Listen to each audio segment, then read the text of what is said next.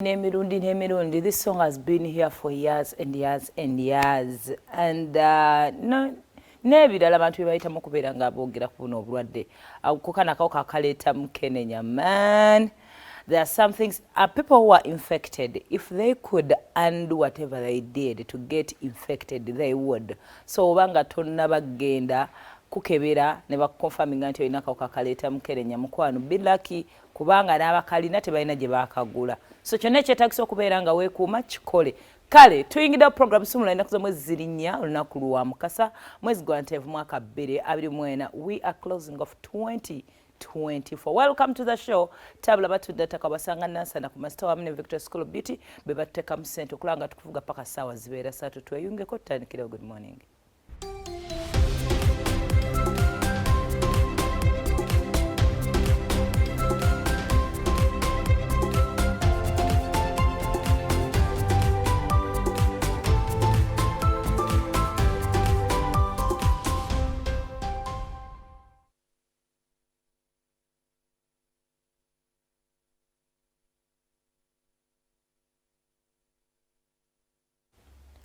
Kale twongera kubuzaako nti wasuza otya eno program sumula kigwala jikite fere bakabaka wa Uganda tuyingiddewo tulabe nga tukuweereza nga bwe tumalako omwaka guno 2024. Ennaku za mwezi ziri 4 bweddu omwezi guno gwakatandika ogwa Ntenvu naye nga bitambula bitya nga wabibala oba nedda? Bitambula tutambula. Ate no munnange mbadde njogera ku kawuka kale waliwo ebintu amidst the years a lot of things can happen naye kiringa bw'onookola bwetalinga tusoma ng'okola ebibuuzo beginning of term n'omuyita mid exams n'oziyita then n'ogwa final exams.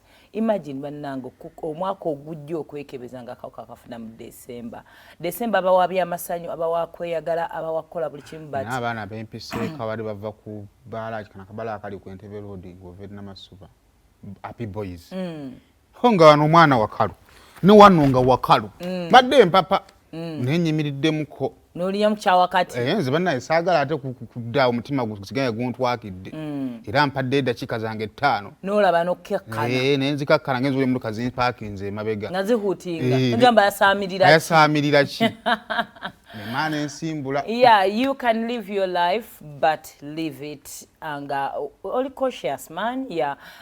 Report eraga tuli mu mwezi gwa HIV, mwezi gwa kawuka kaleeta mukenenya ogwa December. Sino twaga katukwata it is an awareness month.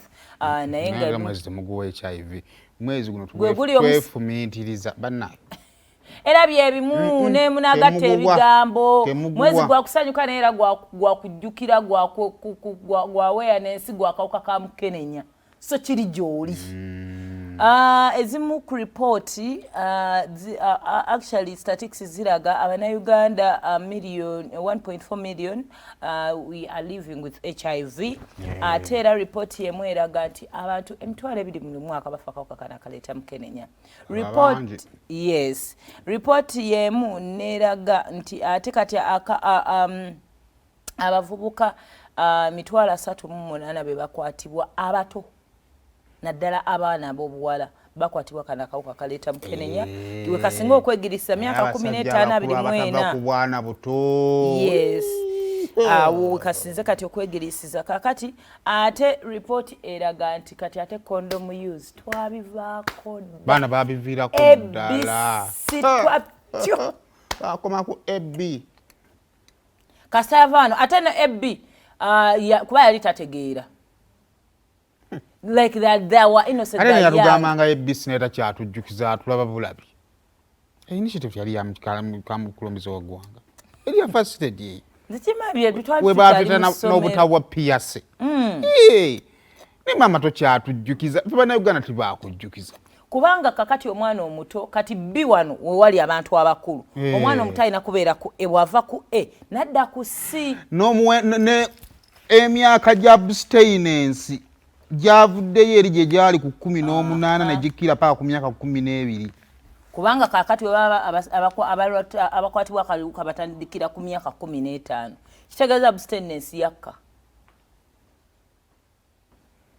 kibimu kakati munnaye nno abali ku prevention ya HIV kakiiko akaliko kabingizamu bannaddiini bannange bannaye mwongere mutubulire ku sirimu okusema mutubulira ku byobufuzi tubimanyi munjiri muno tunyigemukko ku byobulamu ku sirimu ebyobufuzi omuntu aba yeekulidde ng'asalawo kyayagala so awo nno we tuli nno bannange bino tubyogeranga ebyokusaaga naye it is a wake up call abaana tebalina kye bamanyi ku sirimu kasaatanajja mu generation eno omanyi luli sirimu yali mungi mu baana nga babazaala naye era ng'abaana abo bategekebwa okuva mu buto agenda okukula ng'amanyi era nga kyali kitiisa omaze kgenda gye banywera eddagala naye no muffe nga tekitiisa kati problem gye tulina nti mungi mu baana ate nga bye bamwefunidde nga mujja ku bannaabwe ku bantu oba okitegedde bulungi kati kiba kitiisa mukono omwana taba mutegeke tamanyi ngeri ya kubeerawo kati tugenda kufuna abaana bajja abatabafa awo nno wetuli kale bwe tweyongerayo waliwo emisango egiri mu kkooti waliwo ba lawyers babiri okuli lawyer Tony Tumukunde ne Joshua Byamazima bakutte bosi waabwe Ssemakadde ngono y'omukulu yakalondebwa nga president wa Uganda Law Society ne bamukuba mu kkooti ensonga Ssemakadde oyo yaddako oyo omulamuzi oyo Judge Abodo Jane Francis Abodo n'alyoka mwemugulako amagambo bambyabo omwana oyo Ssemakadde oyo omulasita oyo yayogera ebigambo nga bigumu bwe bitu binywevu kakati n'ensonga yava Abodo n'atya ate nga bambi erinnya ly'eggumu naye olala ebigambo byamusinga ojjukira abagizi ba FDC be bakwatira mu Kisumu ne baza ne babakomyawo wano balyoke munnange munayimbo aba 40 omulamuzi Abodo bw'atyo nga banemba ssango lya terrorism era nga babaggalira Ssemakadde yali mu lukuŋŋaano lwa FDC ennaku z'omwezi 18 Novemba eyo FDC Katonga n'agamba oyo nankani nanke mulinye nankana yakuba okugagambo gaffe kati Abodo baguba waaki ko yamanyi Abodo tagategeere naye agogera mu luzungu yalina sobola kwogera nga takubyewo ggambo omuntu abantu tebawulira oba Ssemakadde Ssaalongo abantu olumesana mu magambo okuwulira obulungi naye kuba ali mu luzungu omwezi banga Ssaalongo era olabanga omuntu waabwe bunayomula ayinza oba Ssaalongo nga teyayogera kiba mu musaayi kasoofu ka Ssaalongo automatically agagambo gajjirawo ate nno Basaalongo bawaffe wano mune amaaso gatandise okubayita nawo mwebali bwe mpali nyankubula ekigambo kyali ayogedde kakati naye bwe batyo bamulopye mu kkooti ya Buganda Road ne babaali bamugamba weetondere omukyala apologize nanga sisobola yalina okwetonda oteeka otya ku bantu 40 omusango gwa terrorism era Abodo nankani yiyo Abodo alina Abodo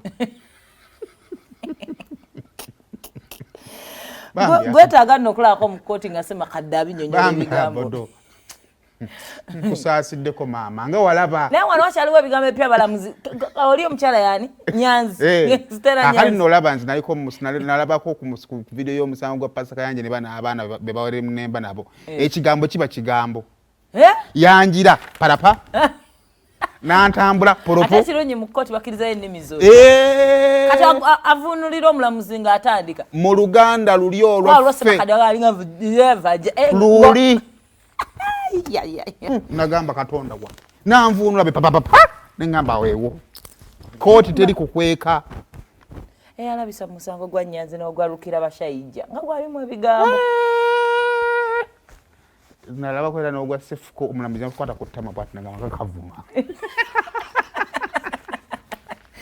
kale tulaba omusango gwa Ssemakadde gye guggwera naye abalamuzi obusungu balina bungi nnyo bwe bana ebigambo byabwe nze nali neebuuza abalamuzi babeera ati awo naawuza nga talinaako nze obusungu bwe nnina kakati era wetulengera nga tuli mu kkooti Bulora tumujjukira wano nga bamutwala ku misango gye yaddako navuulula kumbu n'akola hate speech eri speaker parliament ya Uganda pozi nagamba nsibuka waabwe waabani ewa speaker nze ndi weegundi yeye Bukedya mwabalina Bukedya schools era katansomere ku masomero ago singa gatandika nno wendi kati eyali RCC wa Rubaga Bulora yabadde alina okwapiyaringa mu kkooti olunaku oluggulo kuba bamuwa bondi agende weawuza emisango gye giggwe yabagambye tomanta teyalabiseeko Ayagala badde mukwate. Era wetyo kooti ne releasinga kibakuntumye. Ekibaluwa kibali kuntumye. Amulabako walula bwaluzi paka mu police. Bw'olengera omusajja ow'omulevu kooti emwagala. Mulado naye tagenda.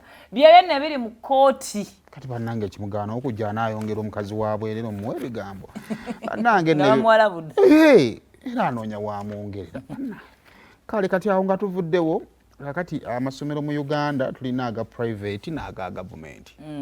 Kakati aga gavumenti of course sente zibeera za gavumenti erabirira abantu baayo n'abasomesa. Amasomero ya gavumenti kite bampaati batwayo ku sente batasomerayo. Twasomera kusomera gavumenti. Sinagasomerako. Kikimwali bava wamu. Kitendese sine school fees ate munaye mungi. Waliyo government aided.